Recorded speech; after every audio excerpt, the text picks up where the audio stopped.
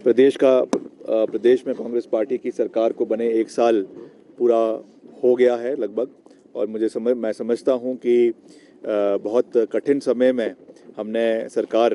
को जो है उसका जिम्मेवारी प्रदेश के अंदर निभाई है, क्योंकि जब से कांग्रेस पार्टी की सरकार बनी है, जो पिछले सरकार की कारगुजारियां हैं, उसकी वजह से जो करीबन 80,000 करोड़ रुपए का ऋण प्रदेश सरकार पर है, उसके बावजूद हमने मिलकर हिमाचल प्रदेश को आगे ले जाने में पूरा प्रयास किया है। चाहे स्वरोजगार के साधनों की बात है, प्रदेश में कर्मचारियों के लिए ओपीएस को लागू करने की बात है, या और भी जो बातें हमने कही हैं उनको चरणबद्ध तरीके से प्रदेश के अंदर इम्प्लीमेंट किया जा रहा है। और आने वाले समय में भी जो कुछ कमियां देखने को मिली है, खास करके आपदा से संबंधित बहुत नुकसान प्रदेश को हुआ, हर विभाग को नुकसान हुआ, सड़कों का नुकसान हुआ, बहुत से सरकारी भवनों का नुकसान हुआ, निजी नुकसान हुआ, उसमें विपरीत परिस्थितियों में भी 4,500 करोड़ रुपए का पैकेज मुख्यमंत्री जी ने सरकार के माध्यम से प्रदेश की जनता को दिया है, जिसमें केंद्र सरकार से जितना सहयोग मिलना चाहिए था वो ना मिलने के बावजूद हमने मिलकर इस को प्रदेश के अंदर लागू किया है। मैं समझता हूँ आने वाले समय में और मजबूती से हम आगे बढ़ेंगे। चैलेंजेस ज़रूर है, इसमें कोई दो राय नहीं है, मगर हमारी वचनबद्धता है कि जो बातें हमने करी हैं उनको हम चरणबद्ध तरीके से प्रदेश के अंदर लागू करेंगे, ये मैं कह सकता हूँ। विपक्ष काले दिवस के रूप में ये विरोध दिवस के रूप में मनाने की बात है। मैं समझता हूँ कि ये ओछी राजनीति है, और जयराम जी जो है बेगानी शादी में जो है नाच रहे हैं, और जो है परिणाम कहीं और आए हैं, और जो है नाटी यहाँ लगा रहे हैं। तो वैसे यूं ही नहीं जयराम जी को हिमाचल का नाटी किंग कहा जाता, हर जगह नाटी लगाने लग जाते हैं, मगर मर्जी उनकी है, लगाए अच्छी बात है, मगर वो अपने परिणाम देखें, अपनी कारगुजारियों को देखें, और सरकार द्वारा जो उनको 1 साल पहले सत्ता से बाहर किया गया है उस चीज़ पर ध्यान दें।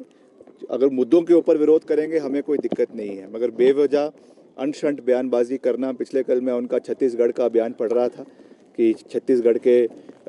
जो है पैसे से यहाँ पे सरकार बनी है, इस तरीके की तथ्यहीन बातें करना मैं समझता हूँ उनको बिल्कुल भी शोभा नहीं देता। और अगर है ऐसा कुछ तो उनके पास सारी इन्वेस्टिगेटिंग एजेंसीज है केंद्र सरकार के पास, ईडी उनके पास है, सीबीआई उनके पास है, पता कर ले कि ऐसा कुछ हुआ है या नहीं हुआ है। मैं समझता हूँ कि ये इस तरीके की बात करना उनको शोभा नहीं देता है, और गरिमा पूर्वक रहकर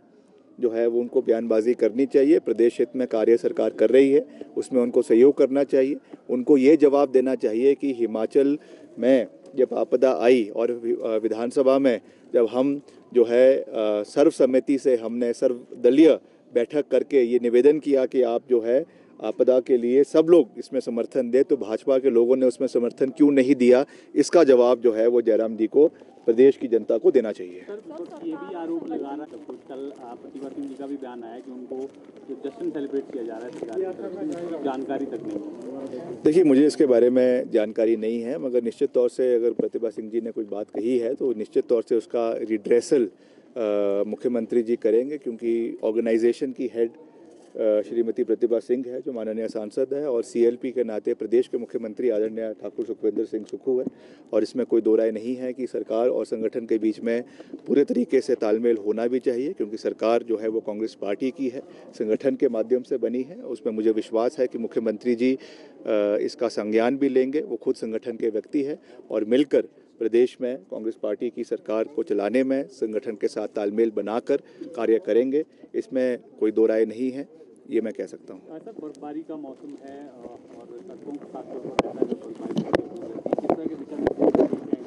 नहीं, हम पूरा उसमें लगातार प्रयास कर रहे हैं। नई मशीनरीज प्रदेश के अंदर हमारे विभाग द्वारा खरीदने का प्रयास शुरू हो चुका है। जेसीबीज है, स्नो ब्लोअर मशीन्स है, उसका अभी 2 दिन पहले ही हमने स्वीकृति दी है, और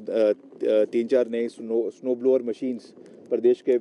हायर क्षेत्रों में लगाए जाएंगे। उसके साथ नई गाड़ियां जो है वो डिपार्टमेंट को दे दी गई हैं। आपके यूटिलिटी व्हीकल्स अलग अलग डिविजन्स में देने का प्रयास किया जा रहा है, और जितने भी स्नो बाउंड हमारे डिविजन्स है, विधानसभा क्षेत्र है, वहाँ के अधिकारियों के साथ में अभी एक विशेष बैठक आने वाले समय में करूँगा, और वहाँ के उनको पूरा निर्देश दिए जाएंगे कि सड़कों की आवाजाही पे कोई भी समस्या ना हो, और जहाँ पर भी इस तरीके की कोई मौसम ख़राब होने की वजह से सड़क बंद होते हैं उन्हें तुरंत प्रभाव से खोला जाए, इसके लिए सख्त निर्देश हमारे विभाग के अधिकारियों को दे दिए गए हैं। सर, क्या टारिंग का काम है वो बंद करने की निर्देश दे दिए गए हैं और इस साल का जो टारगेट है सर कितना है?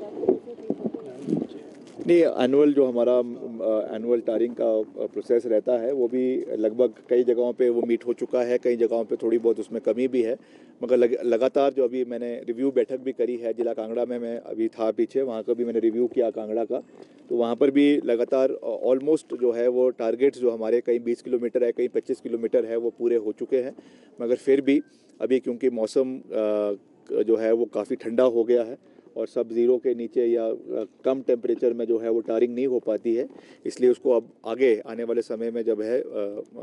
मार्च अप्रैल महीने के बाद उसको फिर से प्रदेश के अंदर शुरू करवाया जाएगा। उसके लिए भी हमने कहा है, अभी हमारा PMJSY का भी एक बहुत बड़ा प्रोजेक्ट प्रदेश को मिला है, उससे भी करीबन जैसा मैं बारी बारी कहता हूँ कि करीबन 2800 किलोमीटर सड़कों का अपग्रेडेशन और टारिंग का कार्य प्रदेश के अंदर बहुत जल्द शुरू हो जाएगा। उसकी भी सारी प्रक्रियाएं, टेंडरिंग प्रोसेस शुरू हो चुका है, जल्द उसका कार्य भी शुरू होगा। उसके अलावा चाहे हमारा CRF है, चाहे हमारा NABARD है, चाहे और चीज़ें हैं, उनको मिलकर हम प्रदेश में सड़कों के निर्माण के लिए, रखरखाव के लिए पूरा प्रयास कर रहे हैं। Thank you.